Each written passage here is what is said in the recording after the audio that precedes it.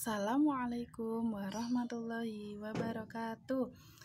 Anak-anak kelas 4, hari ini kita akan melanjutkan pembelajaran kita yang kemarin, yaitu beriman kepada Rasul Allah. Kalau kemarin kita sudah belajar iman kepada Allah, hari ini kita akan beriman kepada Rasulullah. Nah, silahkan kalian buka buku paketnya halaman 17 ya, atau silahkan dibuka buku LKS-nya halaman 17, iman kepada Rasul Allah. Nah, nanti silahkan kalian baca percakapan yang ada di buku bersama orang tua ya. Iman kepada Allah, masih ingat? Iman itu artinya adalah percaya. Nah, kalau kita beriman kepada Rasul, berarti artinya adalah percaya bahwa Rasul itu adalah utusan Allah. Nah, Rasul sendiri artinya adalah laki-laki pilihan yang diberi wahyu untuk dirinya sendiri serta berkewajiban menyampaikan kepada umatnya. Nah, Rasul adalah utusan Allah yang diberi amanah atau tugas membimbing umat manusia agar selamat di dunia maupun di akhirat. Jadi Rasul adalah utusan Allah yang diberi petunjuk untuk dirinya sendiri dan wajib disampaikan kepada umatnya. Nah, kalau Nabi adalah laki-laki pilihan yang diberi wahyu oleh Allah untuk dirinya sendiri. Jadi, Nabi di sini tidak berkewajiban untuk menyampaikan kepada orang lain.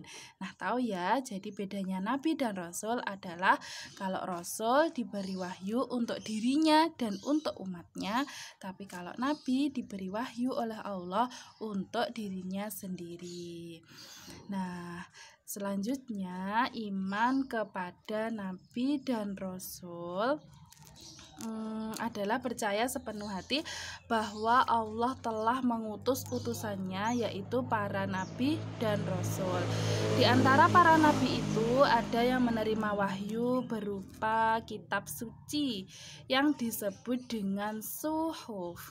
Nah, Rasul yang mendapatkan kitab suci itu ada 4, yaitu Nabi Daud yang menerima kitab Zabur, Nabi Musa yang menerima kitab Taurat, Nabi Isa menerima kitab Injil, dan Nabi Muhammad SAW yang menerima kitab Al-Quran. Nah, para Nabi dan Rasul ini mempunyai sifat wajib, yaitu yang pertama adalah sidik. Sidik artinya benar atau jujur. Jadi yang ditunjuk oleh Allah menjadi nabi atau rasul ini pasti mempunyai sifat sidik, yaitu jujur atau benar. Setiap apa yang dilakukan dan setiap apa yang dikatakan adalah kebenaran. Nah, lawan dari sifat sidik adalah kadzib atau berbohong.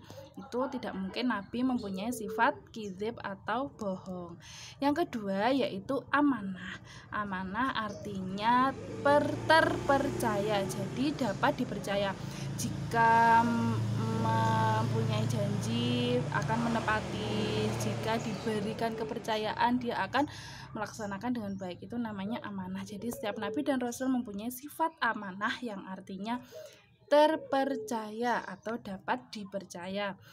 Nah, kebalikan dari sifat amanah yaitu khianat atau tidak dapat dipercaya. Terus yang ketiga yaitu tablek. Tablek artinya menyampaikan.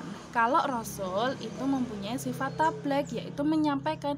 Menyampaikan apa? Menyampaikan wahyu yang diberikan oleh Allah pada dirinya disampaikan kepada seluruh umat manusia. Nah, tablek menyampaikan, dan sifat mustahilnya adalah kitman atau menyembunyikan.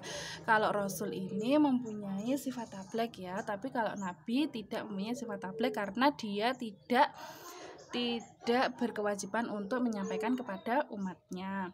Kalau Rasul mempunyai tablek, yaitu menyampaikan kepada umatnya.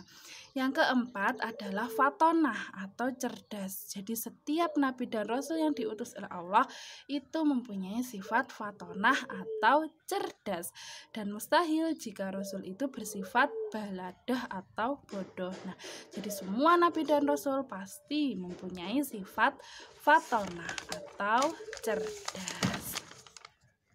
Nah, di samping itu, untuk membuktikan kebenaran yang dibawanya, jadi untuk membuktikan kalau nabi itu membawa kebenaran dari Allah, itu Allah memberikan mukjizat. Apa itu mukjizat?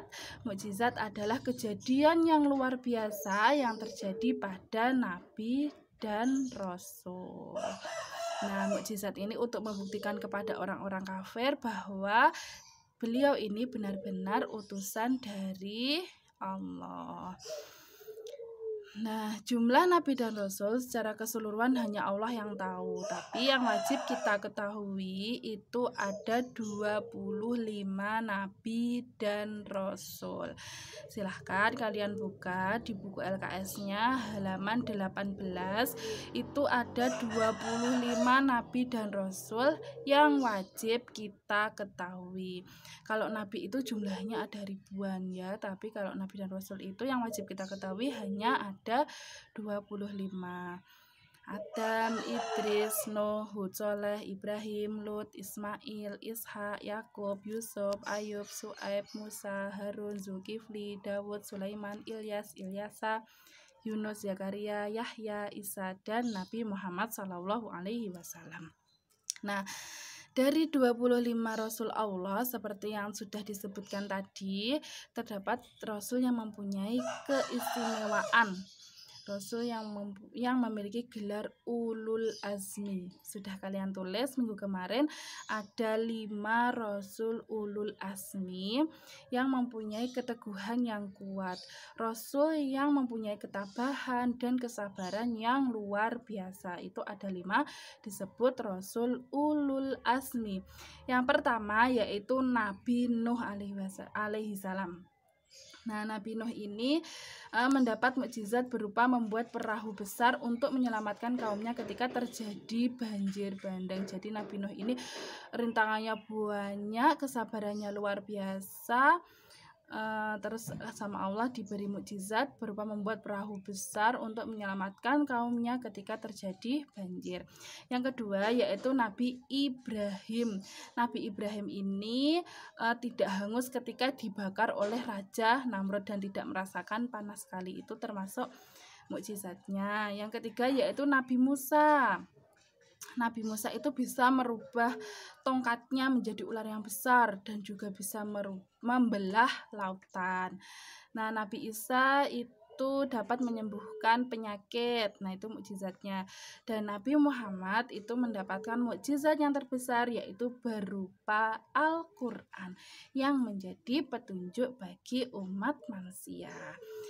Nah, Nabi Muhammad disebut Khotamul Anbiya wal Mursalin yang artinya terakhir atau penutup dari Nabi dan Rasul. Khotamul Anbiya wal Mursalin. Nah, itu tadi penjelasan dari Bu Rovin. Ada kurang lebihnya mohon maaf. Wassalamualaikum warahmatullahi wabarakatuh.